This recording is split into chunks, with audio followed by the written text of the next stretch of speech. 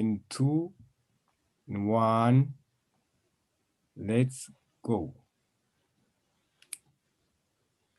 Excellency Ambassador Professor Mathilde Mukantabana, Ambassador of Rwanda to the US, distinguished panelists, community members, friends of Rwanda, ladies and gentlemen, our virtual audience, thank you for being here. My name is Emmanuel Muvunyi. I am the president of the Rwandan community in the state of Washington. On behalf of the community, I welcome you all to a virtual celebration of International Women's Day, organized by Rwandans who live in the state of Washington, in partnership with the Embassy of Rwanda in the US. Today, we are all gathered here to celebrate the achievements of girls and women across our communities and far beyond. Our community has prioritized and encouraged women's active participation in leadership and decision-making. On this International Women's Day, our community joins the world to re-energize our efforts for a better world, realizing equal rights for women and men. As you will see during this event, our young generation, considered as change makers, will be leading us through an interactive panel discussion. N'abatindiye rero nagira ngo munyemerere kandi mumfashe twakire Excellency Madame Ambassador Mukantabana Mathilde ari kumwe na moderator wacu Natasha Karambizi kugira ngo badutangirire ikiganiro cya mbere. Mbahaye ikaze Madame Ambassador. Thank you for the wonderful introduction, Muvunyi, and welcome, Madame Ambassador. I would like to thank you again for accepting our invitation to celebrate Women's Day or month or History Month with us today. And I would like to have a short chat with you, if that's okay. Yes, thank you, Natasha. How are you? Good, I'm doing good. How are you doing? Thank you so much. Let me start by really thanking the community of Washington under the leadership of Muvunyi, and also all the community members for organizing this women's event. It's wonderful, and I'm looking forward to listening to the panelists and the other people who are going to be participating, because we always learn a lot from each other. Thank you so much. Thank you. So to start with, I wanted to share a quote by one of my favorite feminists, who is the late Justice Ruth Bader Ginsburg. She said that women belong in all places where decisions are being made. And I wanted to ask you if you could please share a little bit of your journey on how you came to be in places where decisions are being made. And were there women who personally empowered you or inspired you? Basically, how did you do it? To answer your question, Natasha, and that's a very good question. Just like many people in the audience, I didn't have the opportunity to grow up in my country. I left when I was young, and I grew up in the diaspora. So I share with my fellow Rwandans the similar experiences. And since I lived a big part of my life in the diaspora, and especially in the United States, I have a few. Probably my journey was different, but at the same time similar in many different ways with other people. And we are riding on able shoulders of those women who were strong enough, including my own mother, who I always attribute to whatever I have become, but also other women I've come to meet throughout my journey. So to begin, I came here not because I wanted to come, but eventually I was able to start my family, start my career as a professor for almost 19 years before I came to Washington, D.C. But also raised a family, went to school, and so on and so forth. That's like many women doing everything less.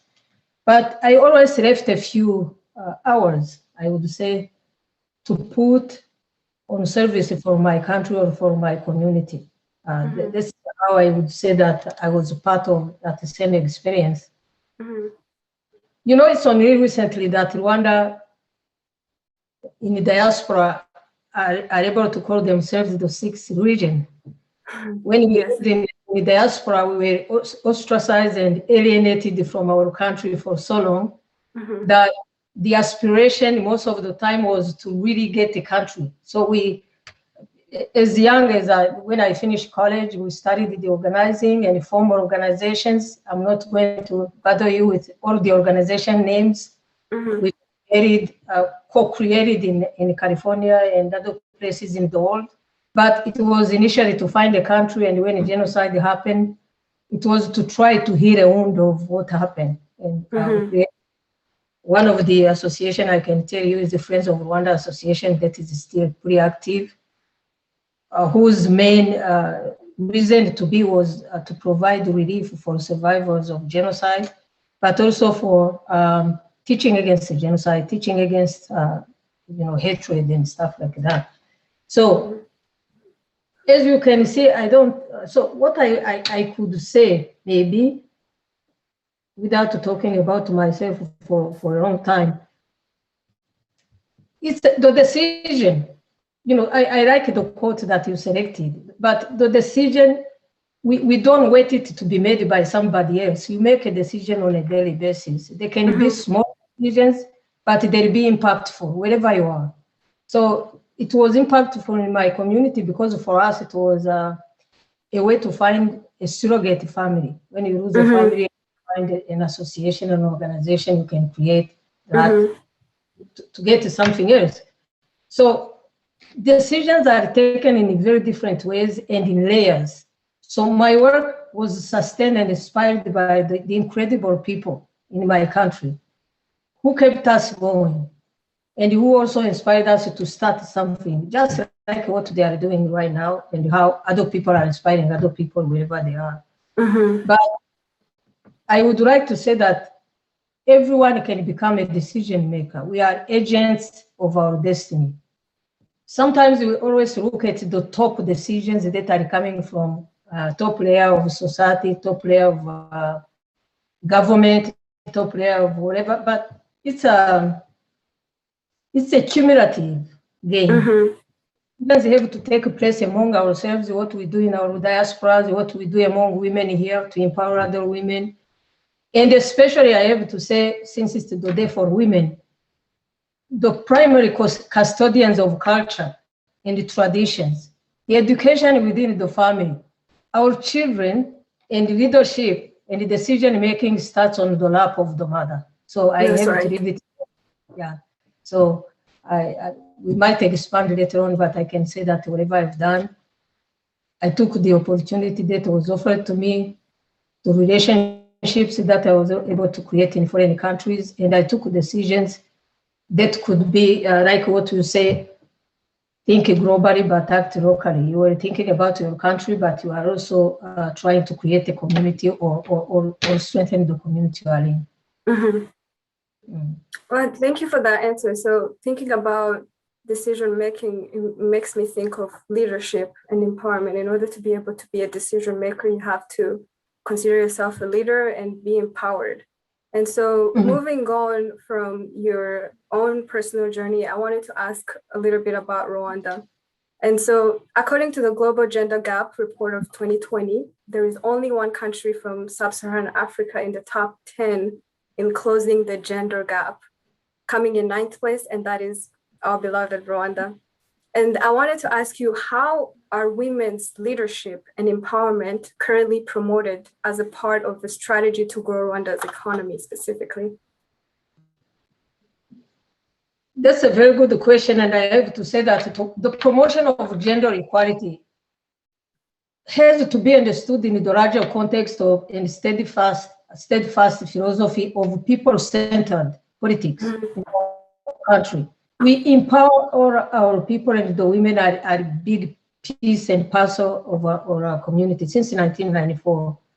And Rwanda has a strong comparative advantage for sustainable development goals, where we we're able to use the global way to look at how we empower women, but we domesticated it because of what our government and our people were doing already. We have to talk about accountable politics, mentality shift in the general population, and what we have done, guided by strong principles of actually about our dignity and what we do. It's all central also in women empowerment. But our country has institutionalized it, political and economic empowerment through legislations. We've heard our constitution of 2003 have given given advantages for women during that particular time. For instance, that's why women are able to get the laws of inheritance were boosted, where now a woman can inherit the property and many different things, and many other things. Matter of inclusivity has really played a vital role not only in physical reconstruction, but also in the crucial task of social healing, bringing people together, and so on and so forth.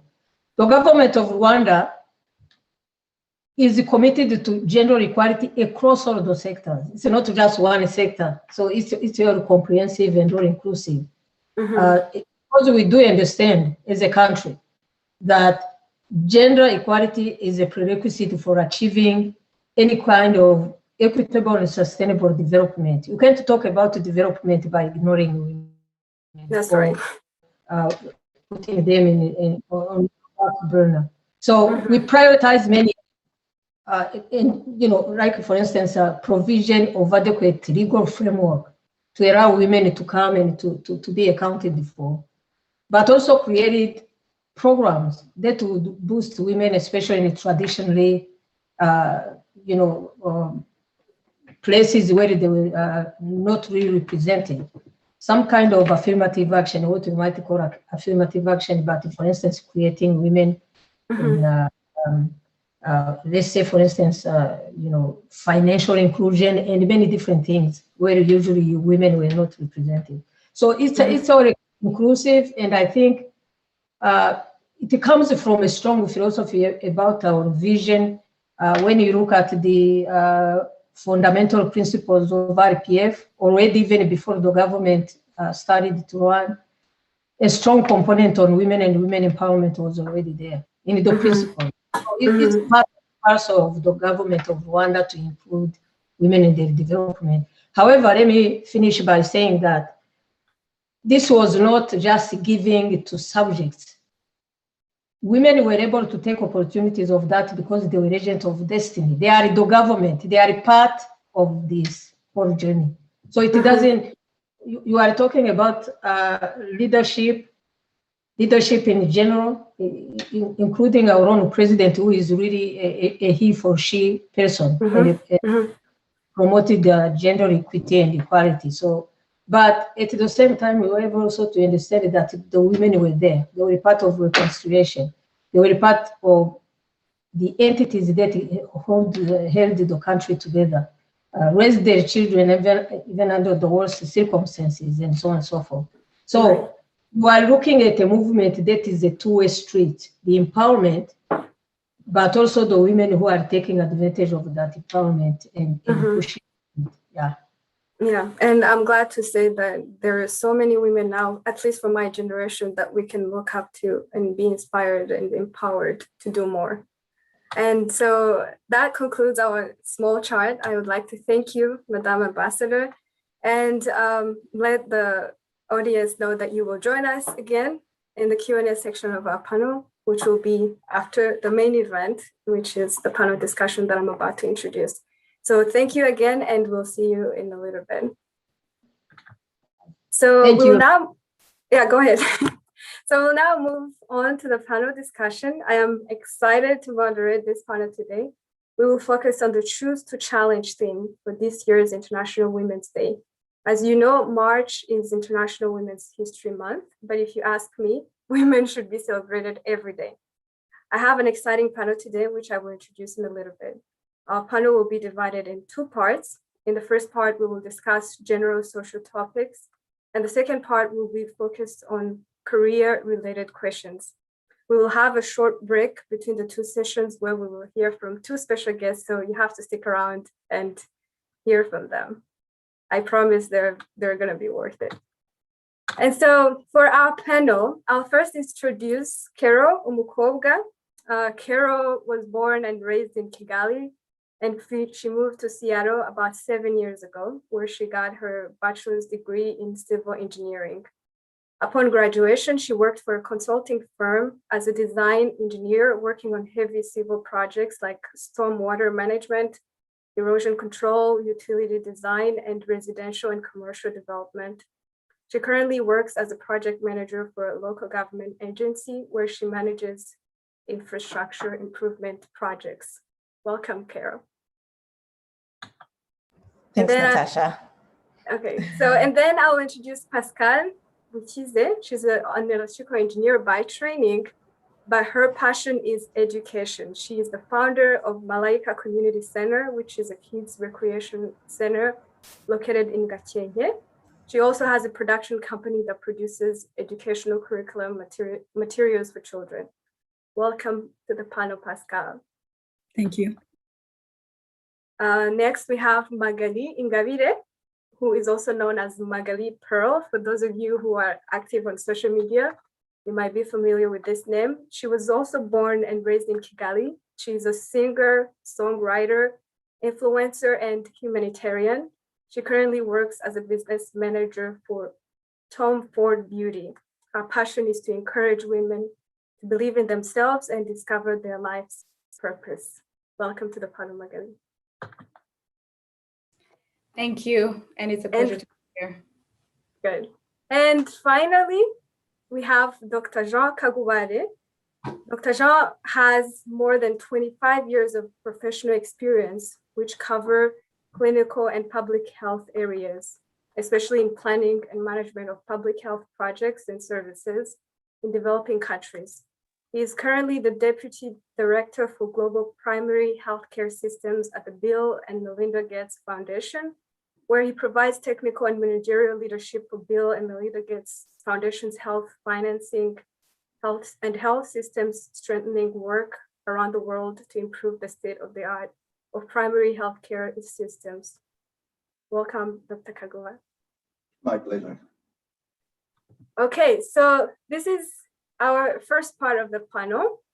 I'm going to start by asking everyone, using the standard letter grading system here in America of A to F, where would you have rated awareness of women empowerment matters 10 years ago?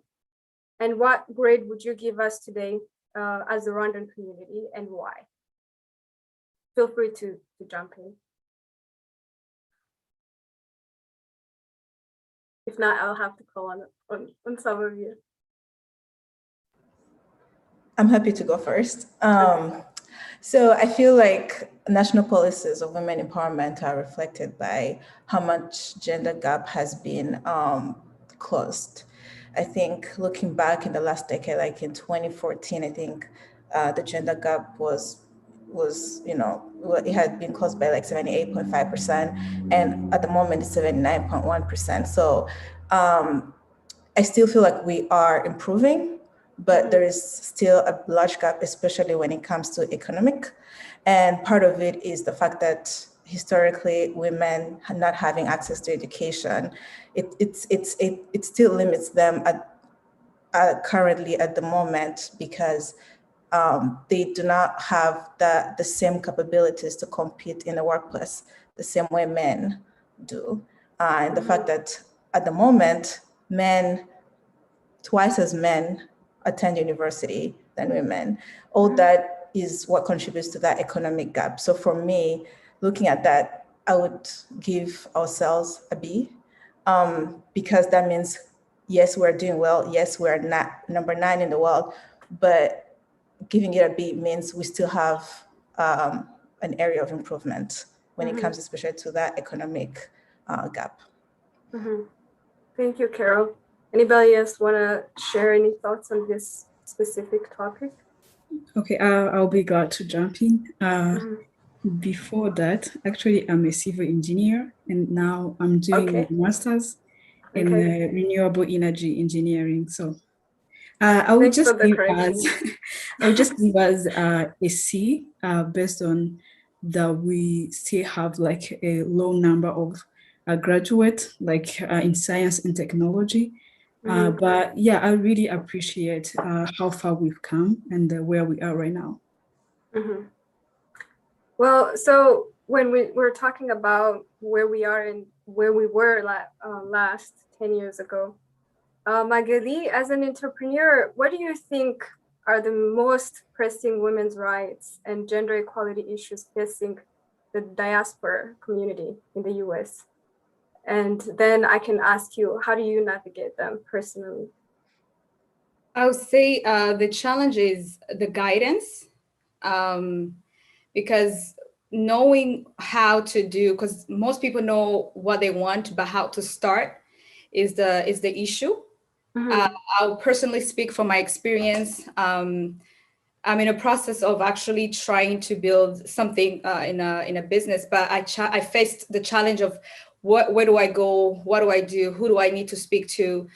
So I would say that that's the challenge for most women, because it first of all, when we talk about entrepreneurship, most people think it's just the man thing, or women feel intimidated because it's a man's world. So the guidance, I would say that's the challenge if I would speak from my perspective. So how do you navigate those challenges? The lack of guidance, how have you dealt with that? Is first of all, being able to be free to ask as many questions as you can, and watching the people who are doing it, and also not being afraid of reaching out and asking for advice, and having the courage to start and to use what you have. And yeah.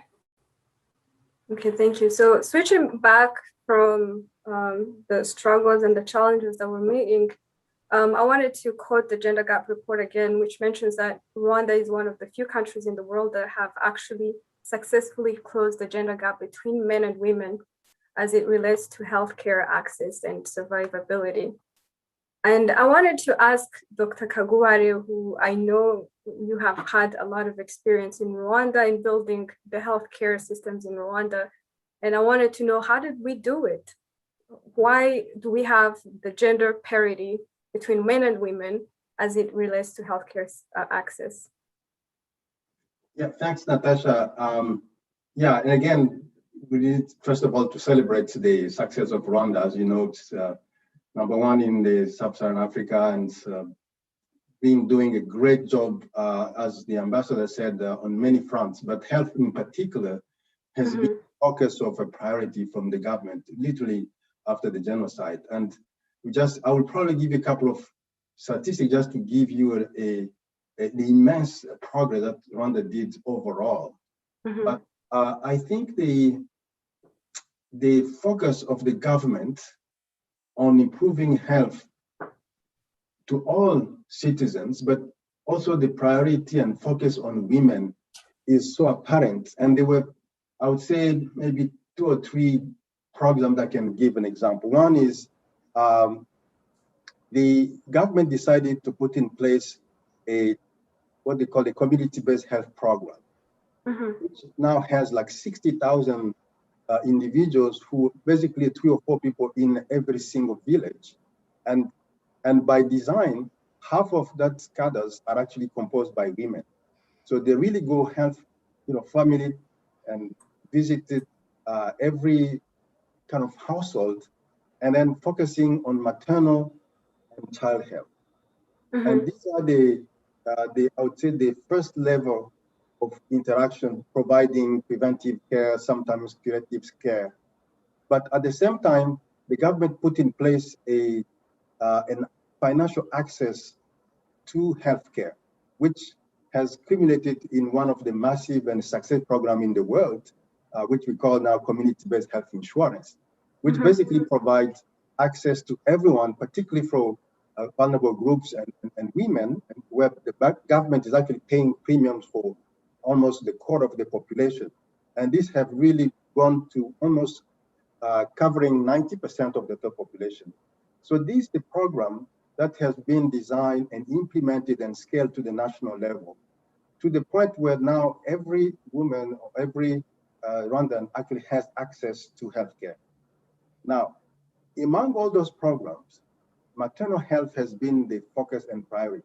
And if you take, for example, just comparing 2000 and now 2020, like over the last 20 years, Rwanda have increased the access to antenatal clinic from 27% almost to 95% today. Wow. All women actually have the birth attendance at the clinic almost up 94%. This is coming from 27%.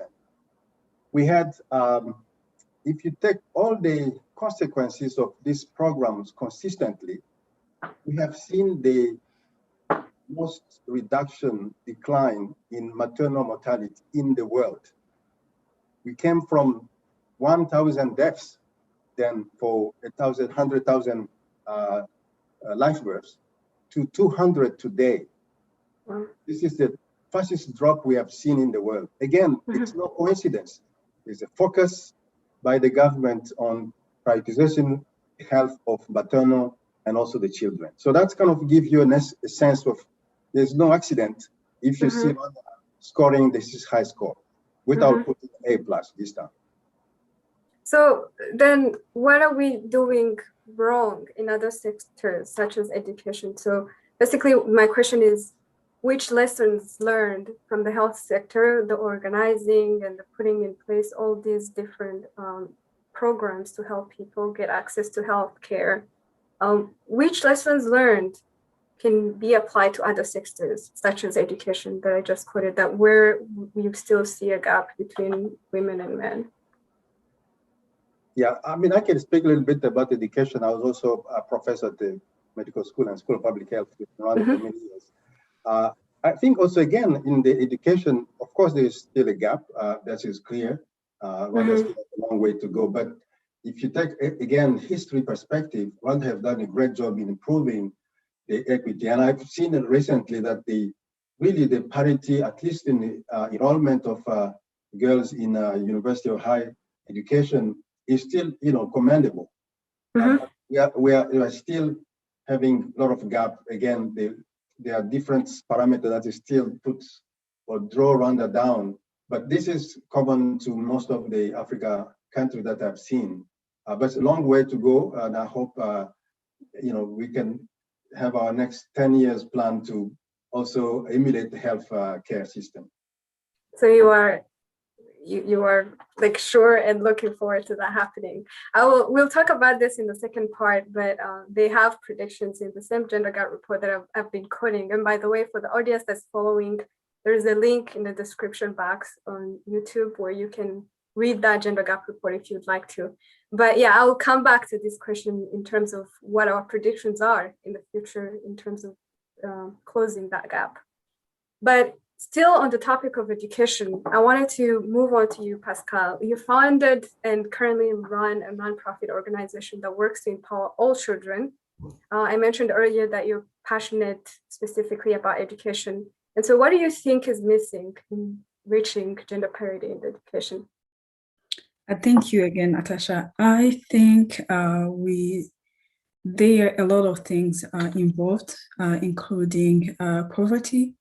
Also, remember, still in our families, in our households, both boys and girls are not really treated the same way. We still have that mentality of sending boys to school and keep girls in chores and other stuff.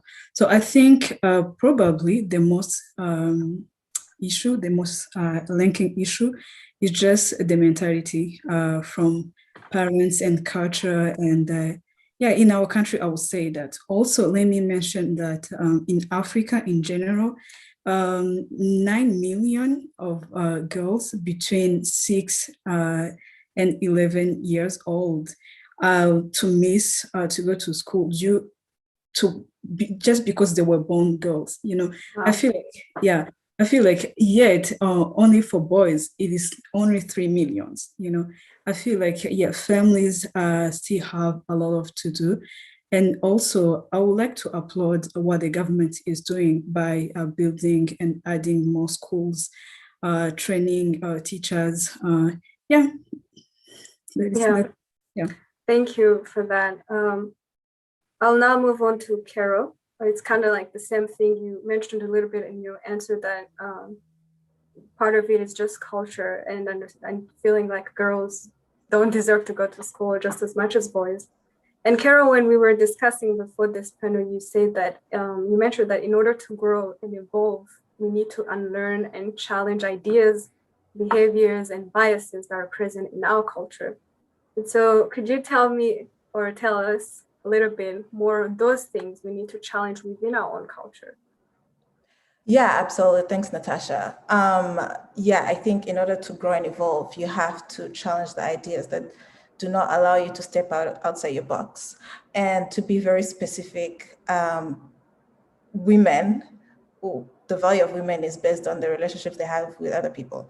It's a mother of someone, it's a wife of someone, it's a, sister. You know, it's a sister of someone. Mm-hmm. Okay, why can't this person be an individual and still be valuable? Why can't this person just be a professional? Why can't this person just have their own life outside of this codependence and really, you know, outshine? Another idea that for me I've had to challenge is the way I want to raise my kids. I want them to be accountable for their actions, but they have to see that through their parents, me, you know, and my husband. But then growing up as women, right, young women, we're taught, you know, you cannot tell that they're wrong, right? And then that's how a lot of uncles and relatives get away with sexually harassing these young girls.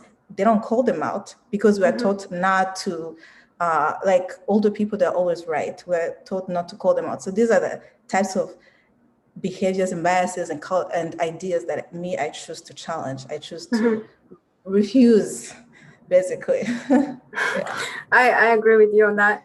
But so we have called out all the biases or the wrong things that are in our culture as it relates to women. And I want to know, Magali, you haven't spoken in a while. How can we combat these misconceptions and how can we communicate more effectively? And in this sense, I'm thinking about a girl who is growing up somewhere in the village, not your typical girl growing up in Kigali. How can she be empowered to be her own self and not to see herself through the relationships that she has around her? I would say for sure, speak up. And also believing in yourself. The only way we can combat this is also if we treat each other the way we would like to be treated. And also standing together and being able to recognizing areas that are still have imbalances. So we can suggest solutions. But for sure, I would say the only best way to do it is to give each other the chance to showcase our talents and collaborating versus competing. So treating each other with grace and also not being afraid of expressing yourself and communicating effectively and not assuming and just being free to be yourself. Yeah. So quoting Carol in what she mentioned earlier, she said that in Rwanda, if you speak up and you impose yourself as a woman, sometimes etc., things like that. And so my last question for this part is, and this is to everybody, you can jump in as you wish. Can not choosing to challenge ever be a good thing in the Rwandan society context? Can I say something? Yes, go ahead. I've noticed that it's okay sometimes to break rules. We tend to always go by the formulas, like especially our culture. Yes, our culture is amazing, but we should also challenge the culture and being able, just like my colleague Carol was mentioning, that there's certain things that we see or we saw growing up, and we're not able to speak on them because it's considered as a taboo, or yes, they will say that you ushirisoni, and how is it going to be changed if we keep, we stay quiet? So I truly believe that challenging the culture, or even challenging ourselves is very, very important if we're going to move forward and change our society. Okay. Would anybody else? Yeah, go ahead. Thank you. I think choosing to challenge means to be the change you want to see, Before, let me just add a little bit on what Magali said. The question about girls in villages and stuff. I feel like those girls really need to have role models. We already have Ambassador Mathilde, we have Ngozi, we have Shikiwabo, but I think they really need to be inspired, when you grow up just having your cousins that you play with as role models, you do not really get that far, but if we start to show them that they are capable, you can be from Nyabihu, achieve whatever you want. I think that is a really good thing. So about the challenge, yes, we are humans, we change on a daily basis. We want to see the change. So either you are in engineering, either where you are in business, I think, it's a human thing. So thank you. Thank you, Pascal, for closing up so well for the first part of our discussion. Now we're going to move into the break, and I promise you that we will have a special guest today with us. And so I would like to introduce Dadido Maximo Michira Mitari. I hope I did not butcher your name. And Dadi is going to share with us a poem that he wrote in honor of International Women's Day.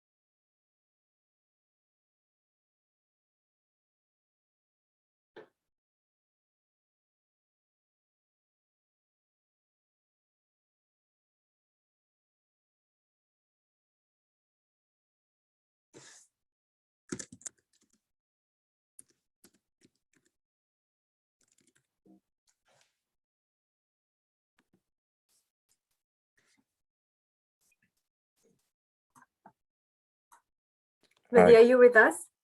Yes. Okay, good. You're on. Oh, I had no idea that we are going to celebrate this beautiful day in honor of women and women's rights in English, because I should have prepared my poem in English, but if I could, I don't think that I would find the better word to speak loud and clear about the role of women and the place they occupy in our community, in Rwanda or in the world, than in Kinyarwanda. And if I could, I don't think that I can find some word, for example, to translate like Intaramirwa in English, but I hope maybe you will help me. Oh, that's okay. I think celebration is celebration either way. Kandi nta kiruta kubivuga mu Kinyarwanda, so go ahead. Yeah. Babyeyi beza, bari bategarugori, bakobwa, babyeyi beza, Intaramirwa iwacu, beza mu muryango, cyuzuzo cy'ibyiza, rwungo rwunga umuryango, pfundo ridasoba, nkingi ikomeza, buhungiro mu mahina, bwugamo mu gahinda, byishimo bidasaza, mahoro atatse amagana agabamariza, bwa buzima bwakomejwe namwe, mu nkundire mbatake kandi mu nyakire mbakeza. umunsi nk'uyu nkebura abato abo bashiki bacu aba bafite mu bakomereho, mushiki w'umuntu ni Mugisha kandi mushiki w'umuntu ni Mutesi, Murekatete, agwira kundwe eregaragana heza. Ndavuga aho abo ba mama bacu banyuze kugera ku rugori bategeye rwiza rwa Gasabo bakarutegera kandi ikibondo. Ubu Rwanda turahimbarwa n'imahanga barabaririza ngo abo beza ni bande, bakomeje intego hagakomera inkingi, imipaka ikagendwa, ugabiye umubyeyi abakomeye umuryango. Kubashima simbyinuba, kubita intaramirwa simbisaba, tubakunde bakomeje kakaguzi ka bugingo kabuza u Rwanda gucika. Umugore wacu ijambo kenshi ntinya gukoresha kuko rikikiye ubugingo, ubuzima, ndavuga erega ubu mwaduhaye. Umutegarugori, umubyeyi, umukobwa w'i Rwanda ntabwo musanzwe. Reka mbabwire uburyo muri bitangaza. Narishurangemurira ingemu y'uwa gatanu utonda gereza n'uwa gatandatu unyagirwa, ngo ushyike utuze uzi ko nubwo ndi guhanwa ariko ntashonje. Nagiye ku rugamba ngo mbohore u Rwanda, mukange mwiza umufashe intabire aratuza ntiyarambirwa ngo nkomere ku muheto ntanyeganyega. Narapfakaye urampekera ibibondo si ukunezerwa, umberaho mwiza atari nkuburira ijambo ngo utuza heza ahatagira umwaga, nta nuhagera wundi mu mutima wanjye ntamutuje. Kubaka byaranze ntiwansha, narakubiswe urankanda, umpuza n'ubona atanye turubaka, kandi byanze ntiwampaye akato, wansubije igitwenge aho unyereka aho nshora. Ubu nubwo ndi umwe singanya ndagaba, abana baratekanye. Narahemutse nteranya abantu, imiryango ndayisenya, abana mbabuza ababyeyi, abacuruza ndabataranga, utsinze kandi uhawe akazi nka mukwena, nicisha ururimi ngaba umuriro, uhagurukana akabondo n'umujinya utuje, uti wacyohewe cyanjye mwana wanjye, kandi rwose nuko ngukunda, ariko se kuki umaze abantu. Ngira isoni untiza ibiganza, urampana ngana guhinduka, erega abavumisha ururimi turabagwije, ariko twiza duke bafite badukura ku ijambo ry'umutegarugori, uwo mubyeyi, uwurera abana agakuza urubyiruko, ukwiye uburenganzira mu buzima kuko tutamufite ibintu byadogera. Nigize ndakore kunyicaza ku ntebe y'igisuzuguro, ntongera mu rukundo umubyeyi nkunda, ndahaga urukundo umwana no kuba imfura ntibizatinda. Mu ntimba yanjye warahabaye, mu gahinda wantwaje umwanya ugoye, mu kunyomora warahatinze. Umugore mu gikari arahasukura, ageze imbere urugo rurunguka, ahawe ubuyobozi ahuza abantu n'igihugu, igihugu n'amahanga, ntimusanzwe murakabura icyago, kutabagabira buri munsi n'amaburakindi, uwabagereranya n'umutekano ntiyababeshye. Mu bibi byiza wabahezaga mu gikari gusa yaradutindije, uwabagabiye na muburi izina kizigenza mbona ridahagije, ariko kuko nkimuvumba simuvuze, uwo muketse n'uwo ni wa wundi, asa natwe tugasa nawe, ninkomeza ndamena ibanga, ndanze maze ndore twiteterera ganje. Nararwaye hogarika akazi ngo ndamire, ibyawe kandi byacu urabihagarika ngo ntwaze umubabaro, mu murima warezaga aho kwigurira icyongera ku bwiza waremanywe, ahubwo ukenga umutobe n'umuhama, aho kubikira no kubiha abaturanyi, ahubwo ukabigurisha ngo mbone ibikoresho ungana ishuri. Njye nagize amahirwe ukorera leta mama, ariko nza amajoro udasinzira kubera imyenda ya banki, ngo dukunde twige tuzabashe gusimbuka intambara z'isi. Igitangaje ukibwiriza winumiye, yewe utirasa ibigwi. Icyo nzi ntitwasurwaga ngo ubure amazimano, niba muhisha hehe sinamenya, kuko no mu magi ibisubizo mu mahina murabibona. Uburenganzira bwanyu kubuharanira ni ugukikira ibyo byiza bibagize. Mu buzima muhagaze ahakomeye, kuva mu mudugudu kugera mu nama nkuru y'igihugu, wahimbye kabineti azanshakira ikinyarwanda, mutindemo dutekane, uburezi mutambi neza n'ituze, urugamba rwo kurwanya ibyorezo, nyamara iyo mudahaguruka twari gushira. Abasore n'abagabo bamwe mu kumva hazamo za zigzage, mukazikemura tukaramba, utabakunda si uwanjye, ariko nawe ni uwacu. Mukuyemo sinabakira, kuko imbabazi zanyu zigana hose. Mama nawe rero uko waje simbizi, urambyara ubyara abandi, twese dufite ababyeyi, abatafite kandi namwe Rurema arabarinze. Uko waje simbizi, Rurema arahimba, uko wahawe intebe ndabyibuka, kandi uko watatswe birakwiye, erega umwiza asa nawe, kandi umwiza yima heza iteka, reka ngukeze nkundira dukeshe, nyakira mpenzagirwe kandi nkundira ntera ijwi, kutakwirahira birakanyagwa. Mubyeyi nkunda, bashiki banjye nkunda, mama nkunda, mama nkunzwe, mama nkunda, mama uganje, mama nkunda, mama utaganje, mama unkunda, mama uhebuje, mama nkunda, mama wangize, kukugira ntako bisa, kukwibuka bifite intebe, kugukunda ndabyirata, kandi kugukunda nkomera nemye, erega utuye ahakomeye, aho umutima wanjye hatagira umubi, aho hatunganye hatagera imbeho, umwaga ukahatinya, kutagushima n'intambwe y'abaswa. Umwanya wawe urahebuje mubyeyi, ntusimbuzwa, ntutiswa, ntiwitirirwa, zina ridahinduka, wakugize nta kwibagirwa. Ibyawe natinda, ibyawe bifite ijambo, kandi ibyawe biraramba, n'utagufite aragutuje, n'utagufite ishusho yawe iramutwaza, n'utagufite arakwirahira, kutagukunda ntibigira ijambo, kugukunda biturwa ishashi, kukubaha bigaba ibiramba, ibiganza byawe byakujije benshi, kandi umurimo wawe wubakiye benshi. Nkundira ngusabire amashyi n'impundu, nzagukunda iteka, nzakuvuga ibigwi mugore w'i Rwanda, kandi nzagukunda bitinde, n'uwo nakwitirira ntimwasa, iwanjye uraganje, hobe mubyeyi. Abagabo n'abasore mwihangane, ubutaha nzabakiza nyabo, uvuga ibigwi by'umugore, tujye twiyumvamo, twuzura kuko tubafite, kandi dukomera baganje mu byinshi. Rwanda, Imana yaraguhaye, nawe wasiwe udafite umugore wazubara, reka nuse kuko nkomeje bamwe hano basimbuka kubera ibineza neza. Murakagira u Rwanda.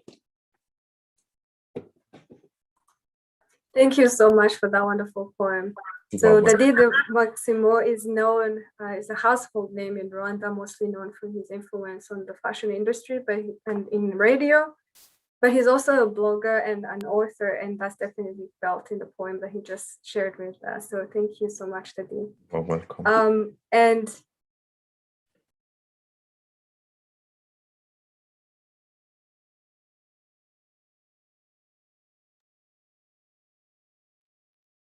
we'll now hear from Jean Kaguware, who is the Commissioner for Gender in the U.S. Rwandan community abroad, and we'll be right back with the panel right after. So stick with us. Hello, everyone. My name is Jean Kaguware, and I live in the Virginia, Washington, D.C. metro area. I am privileged to be the USRC Women and Gender Lead for 2021-22 term. It is with great honor and humility to be a voice of women. I was asked to speak on 4 topics related with gender equality, which normally would require a careful and thorough approach, but because of time, I will try to brief it, so bear with me. The 4 topics are, number 1, how do we establish gender equal world? Number 2, how can we celebrate women's achievement? And number 3, how do we raise awareness against gender biases? And number 4, which action can we take for gender equality? So I'll begin with number 1, which is establishing the gender equal world. It's an epic subject, but I'll try to brief it with 4 highlights. Number 1 would be, it's an issue which has been around for decades. So therefore we cannot really dismiss it overnight, obviously. It takes a collective group of individuals to shift culture, and that each person plays a part in creating a more gender equal world. There is one person that I admire very much. She has mentioned a quote that resonated in my spirit, and I held on it. She said, "One for all and all for one." And if each one of us can adopt this dogma, our world will be definitely different. Our second approach on this establishing gender equal will be creating a bridge of unification between women. My goodness, I cannot stress how important that is for us women to lay aside our differences and whatever that break us apart, so we can be unified in order to win the war that is against us. The number 2 will be mentorship of young women to empower the next generation of strong women leaders, encouraging them to achieve their goals. So mentorship can be happen or be achieved or organically or formally through volunteerism with the community organizations or as an individual. The fourth point will be including trackable and measurable metrics in diversity and inclusion goals within the society. I think it's crucial for us to keep track of our progress. Otherwise, our plans and goals can easily be dismissed in the pipelines. So point number 2, how can we celebrate the achievement of women? As we all know, March 8th is an International Women's Day, which has been observed over 100 years as a way to celebrate the successes and achievements of women around the world and to promote awareness of gender issues that still exist. So we still have a long ways to go. But we should strive to promote and celebrate individuals on each level of their achievements. For example, homemaker mothers need to be acknowledged and celebrated. Single mothers definitely need to be acknowledged and celebrated, as well as the successful business women. So everyone should be acknowledged and feel involved in this celebration, not being excluded. On number 3, how do we raise awareness against gender biases? This is another great topic. Gender biases is really undermining our society fabric and the values all of us, not just one person targeted. It's not just a human rights issue, it's a massive waste of world's human potential. So by denying a woman equal right, we deny half of the population a chance to live a life full of its fullest. So by providing basic facts, evidence, and arguments on various topics relating to gender equality, we increase awareness and knowledge about the gender inequality. Number 2, what we can do on that, it's mobilization of communities and society as a whole to bring about the necessary shift in attitudes, behaviors, and beliefs about gender equality. Number 4, action we can take for gender equality. We can do 4 things, though there are so many other steps we can take, but I'm trying to brief it as much as I can. We can get involved, we can spread the word, we can support, we can stay updated. So by getting involved first through identification of gender gap and structural gender inequality that needs to be tackled. Point 2, it's by giving definition of gender policies, objectives, and the formulations of appropriate approaches and innovations to achieve them. We can do this also by constantly challenging our own biases and those of others. We can spread the word. This is another huge one. Each one should, on purpose, be a whistleblower. Speak up, say something. As they say, if you see something, say something. So by sharing with others educational information, which will enable them to handle everyday's life successfully, this will be very much helpful. By providing basic facts, evidences, and argument of various topics related to gender inequality, this increased awareness and knowledge about gender inequality. We can also support by fostering communication and information exchange. This is a very helpful way of supporting. Lastly, we need to stay updated. I don't know, this is very crucial as well. As they say, knowledge is power, and it's intentional.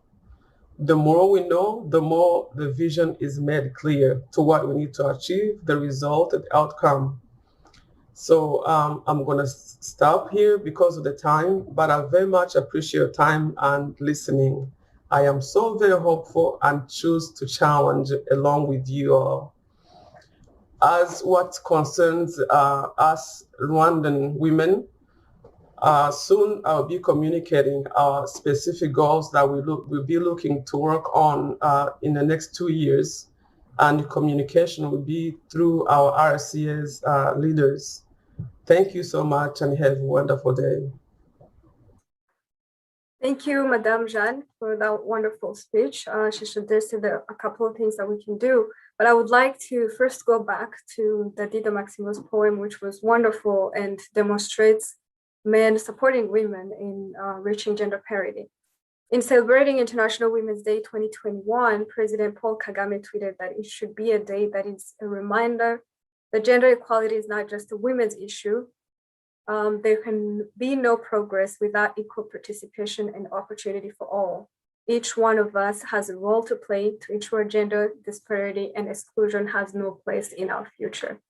And so I wanted to address this question as introducing the second part of our discussion, which is focused on Korea. I wanted to ask Dr. Kaguware, how can the Rwandan men support the Rwandan women in the journey towards gender parity? Yeah, thanks, Natasha, again. And just not reflecting in global, when I read the report of this year, and I'm looking at the progress that the country have made, significant progress, but when you look at the pace of this progress, it's actually written in the report that it will take about 100 years to get parity and equality. So that's really very concerning. And that's why I think we should choose to challenge the status quo and the pace in which we are going for. So, and I'm just taking even the lens of the healthcare, like in Rwanda, 70% of the job in healthcare is actually by women, but only 25% has the leadership role. So that's something we should be able to address quickly. But being like a good advocate, particularly for men, because at the end of the day, this is a mutual beneficial to the entire community. And I know there's this big goals that has been put forward, the SDGs goals, the Sustainable Development Goals, that by 2030, not in 100 years, that we will see the gender equality for all the women and girls by 2030.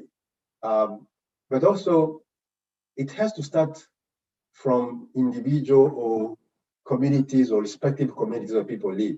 And I think one way is to keep track the number, because until you see the number, then you can actually see the gap that is needed to be filled. And I think investing in tracking those numbers would actually help everyone to see the reality. But I think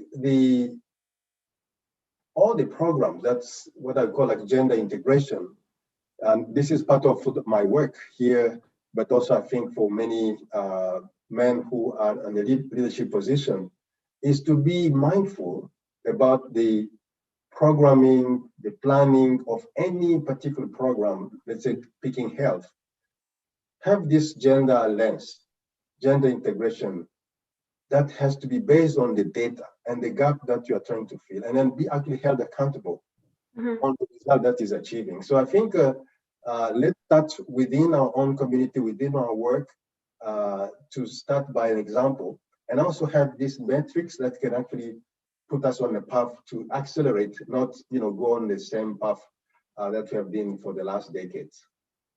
So following up on that question, going beyond national policies and what the government is doing, what can the average Rwandan men do at home, in the community, here in the diaspora?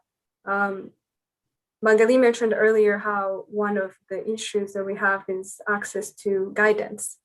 How can men actually help in guiding and in empowering in just the regular average job?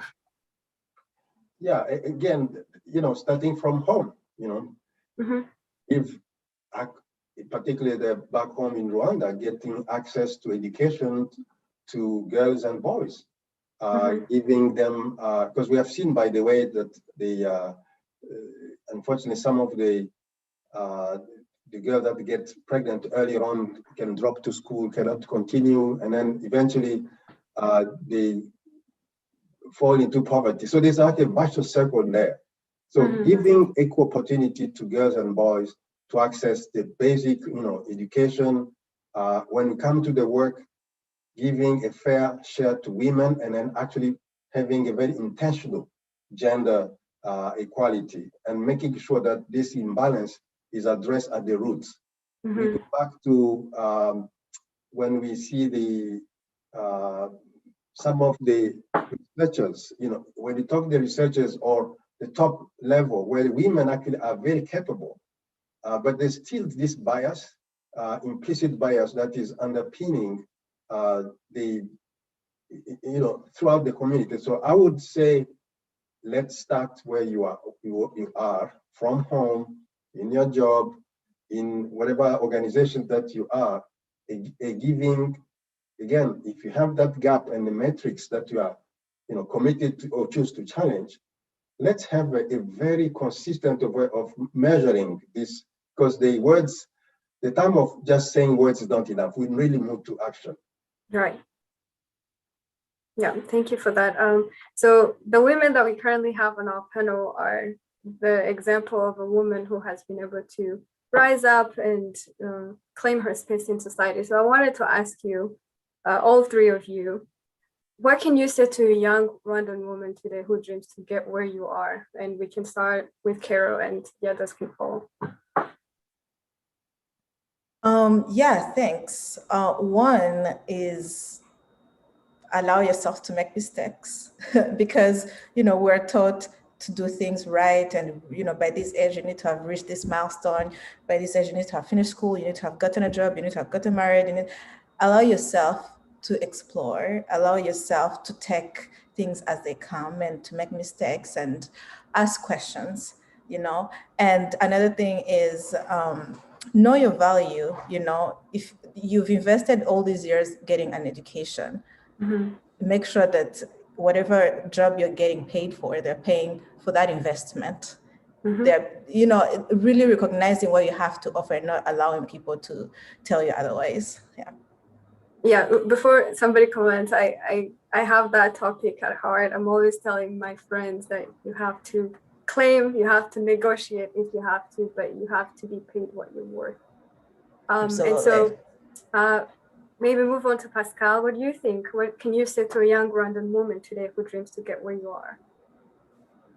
Thank you, Natasha. What I have to say is in sync with what Carol just said.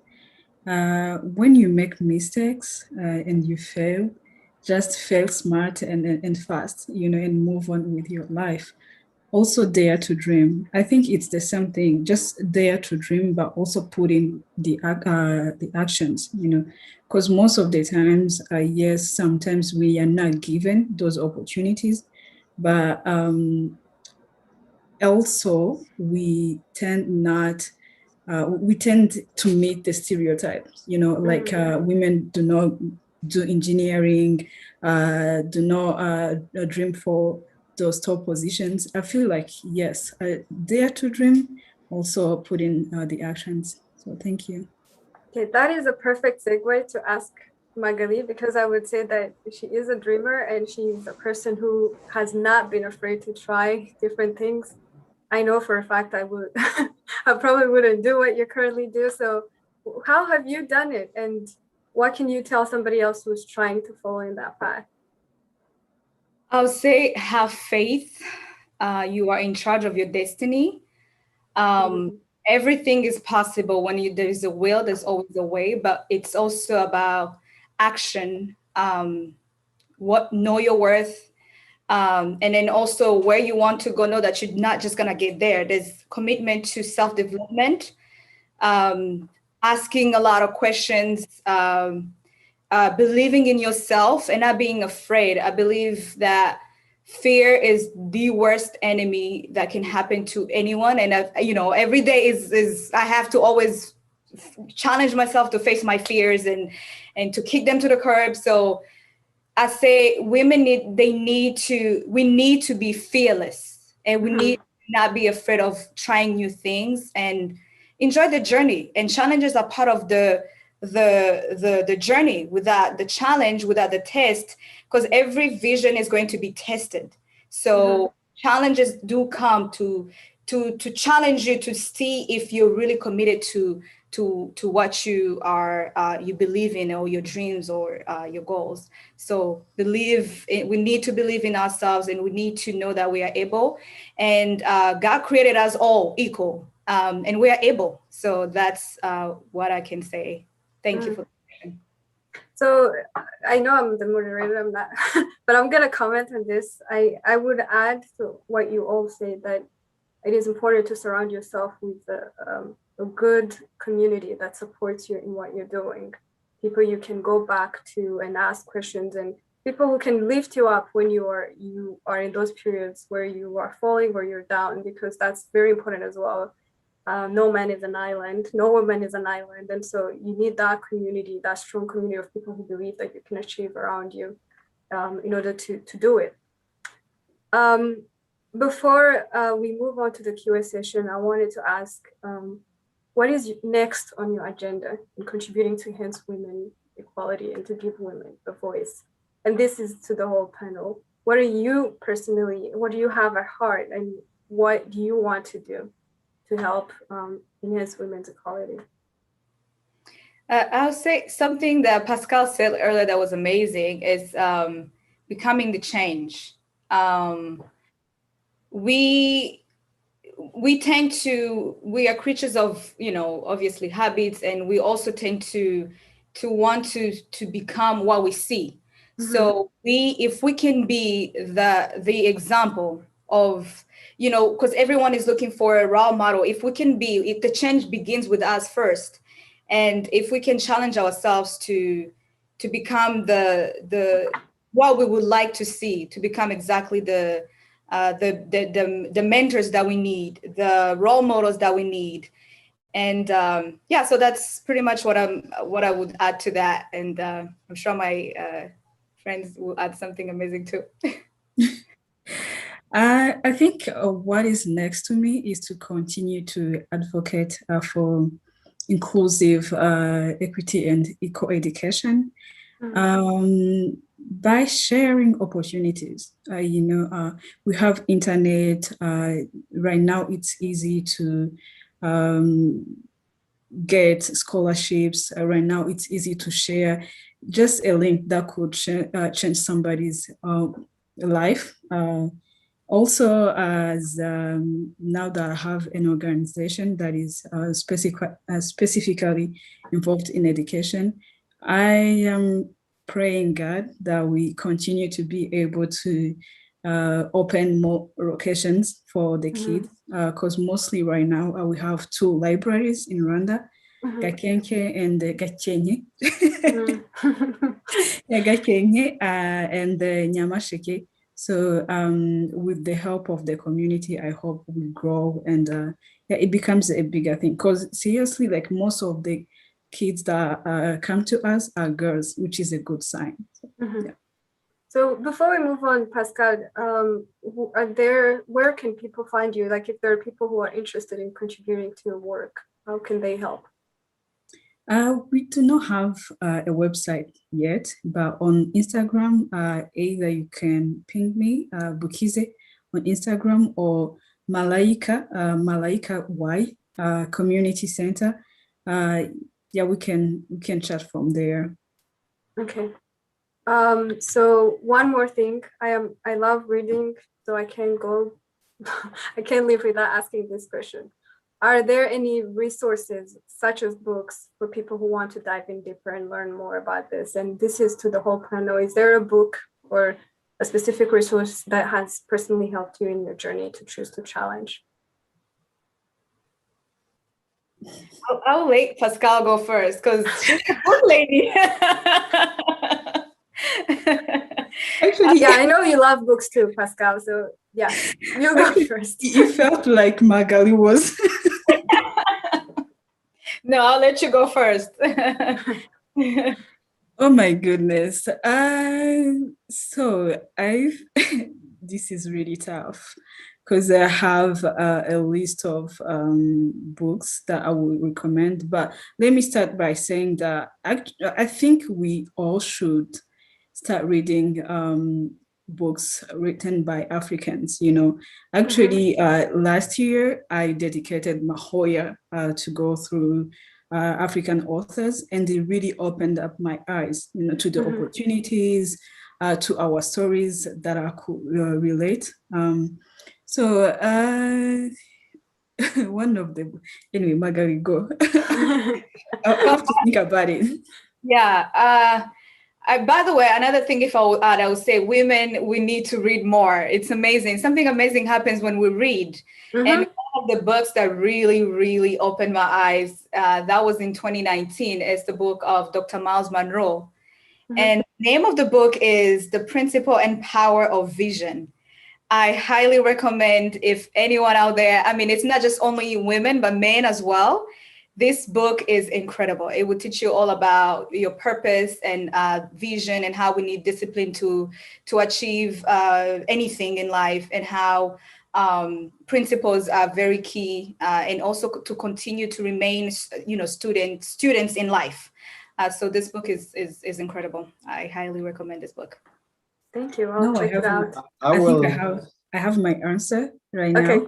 Yeah, I can also add one on the list, which is actually the World Economic Forum's Global Gender Gap Report of 2020. Yes, and there is a link in the description It box. is important to read it, because then you will see how all the countries in the world are ranked and has been faring over time, and the gaps that need to be. That's where I think it's important for leaders, particularly, to take note of that report and then make a commitment, choose to challenge the gap that they see in. Can I add something else? Yeah, go ahead. It's okay. Another thing, to me, I'm honestly a work in progress, and I'm here because there's amazing women who've I've learned so much from some incredible women in my life. And I think that we should challenge ourselves to learn from each other and to look out for each other, and we are stronger together, and we all have great lessons that we can teach, and learn from each other. Right. The book that I was going to recommend, to suggest, is the biography of President Sirleaf Johnson. So it is called This Child Will Be Great. It's a really very inspiring book. Also, I will mention Elon Musk biography. It changed my life. Lastly, I will say Atomic Habits. Awesome. Great recommendations. Carol, you're the one left. Yeah, thanks. No, those are all great resources. And I was actually going to say that gender gap report, because every year, I mean, when we live here in the diaspora, it's not like we're following, the news every day to know what's going on. So just really getting up to date. But other than that, go on LinkedIn and connect with people. That's also resources, right? I like to tell people on my LinkedIn, like, connect with me if you think I have something to offer. I'm happy to offer that to you, because I realized that there's a certain privilege that I have being here and having access to resources that other people might not necessarily have. So if I can do something to help you, to uplift you, to get you from A to B, reach out. I'm happy to do that. So connect us to as many network as you can. All right. So closing this part, Dr. Kaguware mentioned this earlier, but in the gender gap report, they predict that it will take 95 years for sub-Saharan Africa to reach gender parity in all sectors. And so my last question to the panel is, what are your thoughts about that? Are you optimistic or pessimistic about the future of women's equity? How long do you think it should take us, or it will take us? Let me just start. I'm optimistic because, first of all, we have one country that did it, Rwanda. And Rwanda, it's not a very rich country.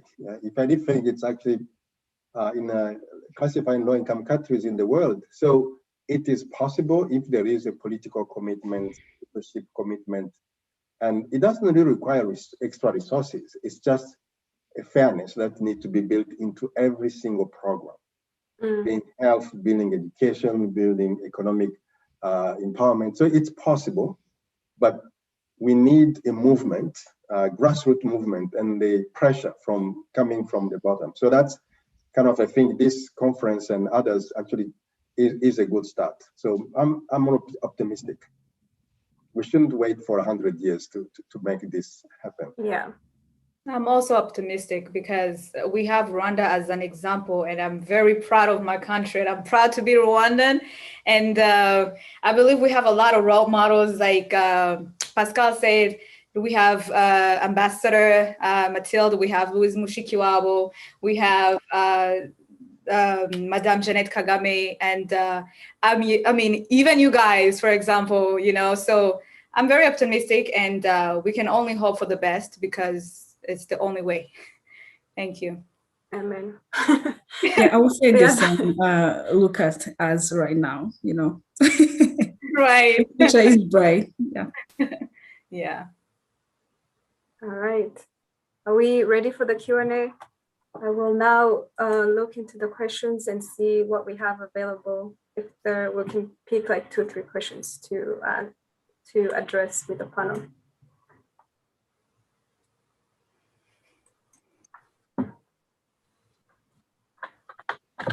Thank you, Natasha. Thanks everybody for the wonderful conversation. I've managed to filter some of the questions asked from the audience. I was going to start with Madam Ambassador, if she's on.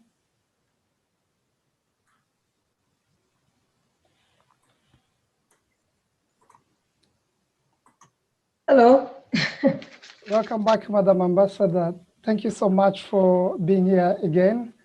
One of the questions from the audience, somebody asked, what advice would you give to women struggling in a male-dominated leadership industry? Is there any guidelines you would want to share with everybody on this, with the audience itself? Oh, thank you so much, Mani. I really have to say that I listened to what the people have presented. They gave very, very good advice. I was so, you know, I was wishing that I grew up at the time we are growing up because we have many role models. Really, I have to say that. Like what you're saying, one of the things is speaking up is very important. Forming coalitions, even with men. Let me tell you, one example maybe I can give, because that's it's a pretty broad as a question. It depends on which situation people are in and what context they are in and many different things. But if you are thinking in terms of us being in the diaspora, I don't know if the question was addressed for a situation in the diaspora or in Rwanda. That would be something that would be maybe a little bit connected. But if I can speak in general, what I'm saying is, you know, first of all, is to revise the laws that are governing that. But sometimes it's because of structural barriers that people are not represented. So you need to be able to determine whether these are practices from that particular job, or if there are structural barriers like what we were discussing before. Is it because of culture, because people are not educated in the area we are talking about? Is it because people are not really empowering women within the given communities?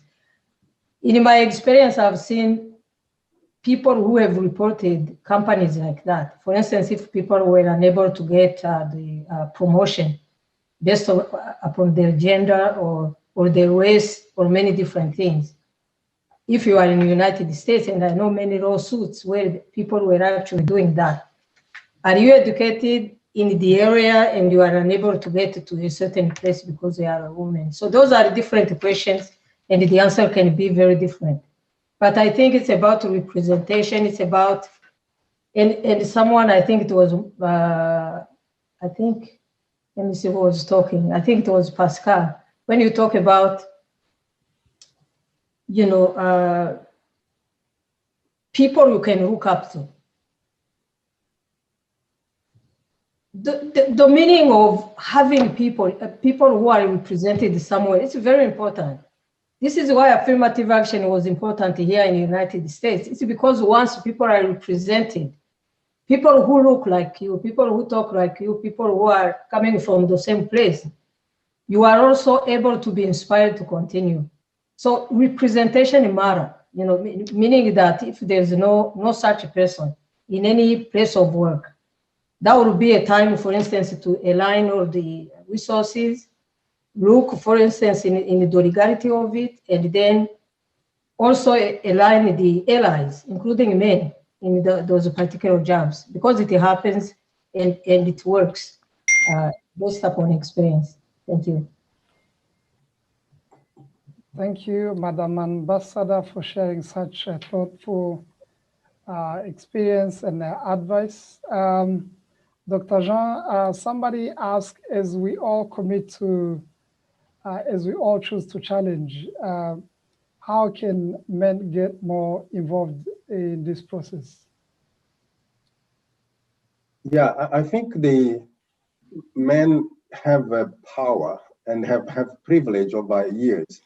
So it's really time for them to recognize the inherent bias that has been built into the systems. As His Excellency Bukize just said, there are laws or regulations and that have just built over years to exclude certain, you know, people and particularly women.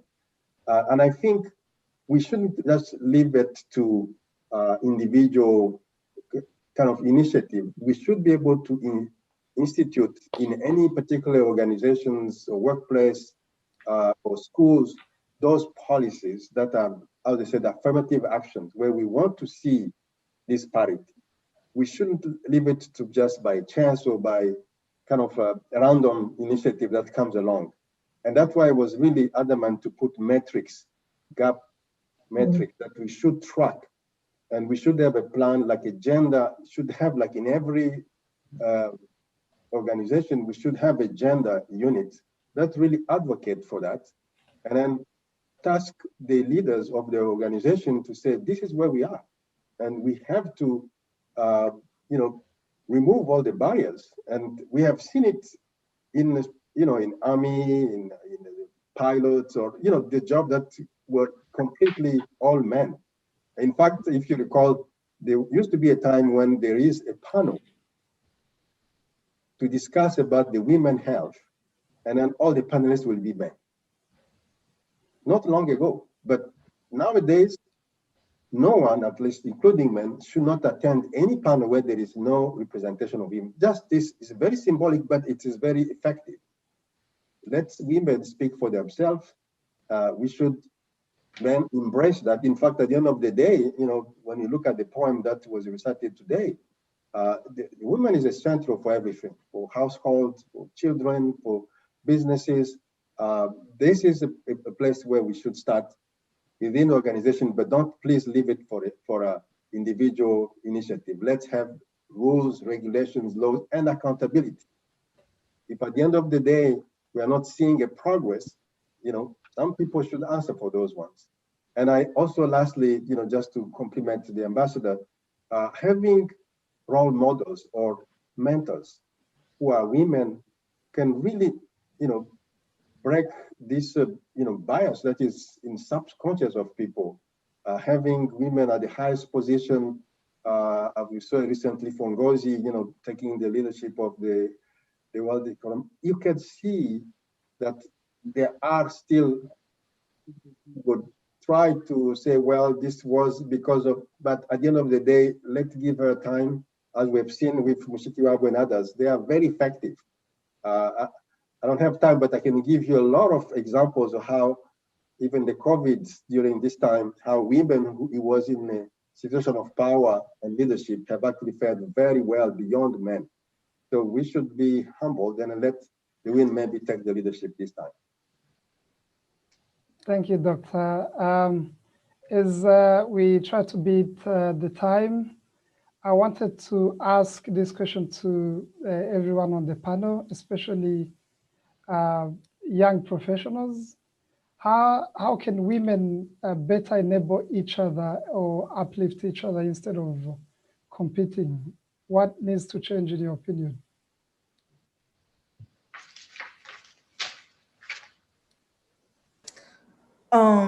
Yeah, I can go.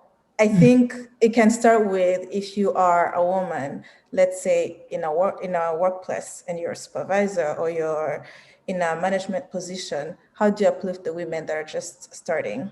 You know, how are you mentoring them? How are you giving them the opportunities within the organization to build their skill sets? You know, and if you are a woman who is young, how are you helping the ones that are still behind you or your peers? It's all about using your privilege and your abilities and your skills and your whatever you have to help the people that, you know, that need it, basically. Yeah. I would just add that we should clap for each other, and also, yeah, open doors, you know, to our younger sisters, and also campaign for companies and charities led by women, you know. Anyway, let me just name those. I will add to that. I believe that women, I'll talk about leadership. Women, we are also leaders, and leaders inspire others to be their best. And we should see ourselves as leaders. We should, like I said before, look out for each other, share opportunities, empower each other, learn from each other's mistakes, and share your mistakes so that others can learn from them. And because I truly believe that if you are able to open up and share your journey about your journey, whether it's through your career or even your personal life, it helps a lot it helps a lot for others to not fall into the same traps that you've fallen in before. So just empowering each other and inspiring each other to be our best, and as we are good and the best. So that's it. Thank you. Thank you, Magali. Before I hand over the microphone to our moderator, Natasha, I wanted to ask Madam Ambassador for her closing remarks, and before we come to an end of this wonderful event. Welcome, Madam Ambassador. Thank you so much, Emmanuel. I really don't have much to say. I want to thank Pascal. I want to thank Caroline. I want to thank Marguerite, Dr. Jean, and then our moderator, Natasha. You did an amazing job, and I really would like to say I learned as much as I could ever learn. This is why I think we need to be able to have a continuous conversation and to have this intergenerational dialogue that will help us to really continue to navigate the progress of our country, but also to push our gender agenda and many other things. One thing maybe I want to add that we didn't touch on, sometimes when we talk about progress, we believe that we have to forego culture and traditions. We have always to understand that there's a repository of knowledge in our culture. This is why we are where we are as a country. When we think in terms of our homegrown solutions and how we're able to develop as a country, but also to reconcile, to do many different things, it's because we tapped into the culture.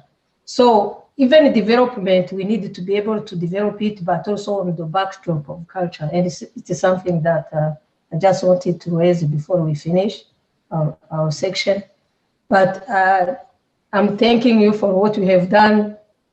Daddy has done an amazing poem, and I wish that he would send it to us so I can maybe post it somewhere. It was really beautiful. But I am thanking you again, Emmanuel, and the community of Washington, but also the people who came from Rwanda and who are part of this program. I've seen a number of people who are also turning.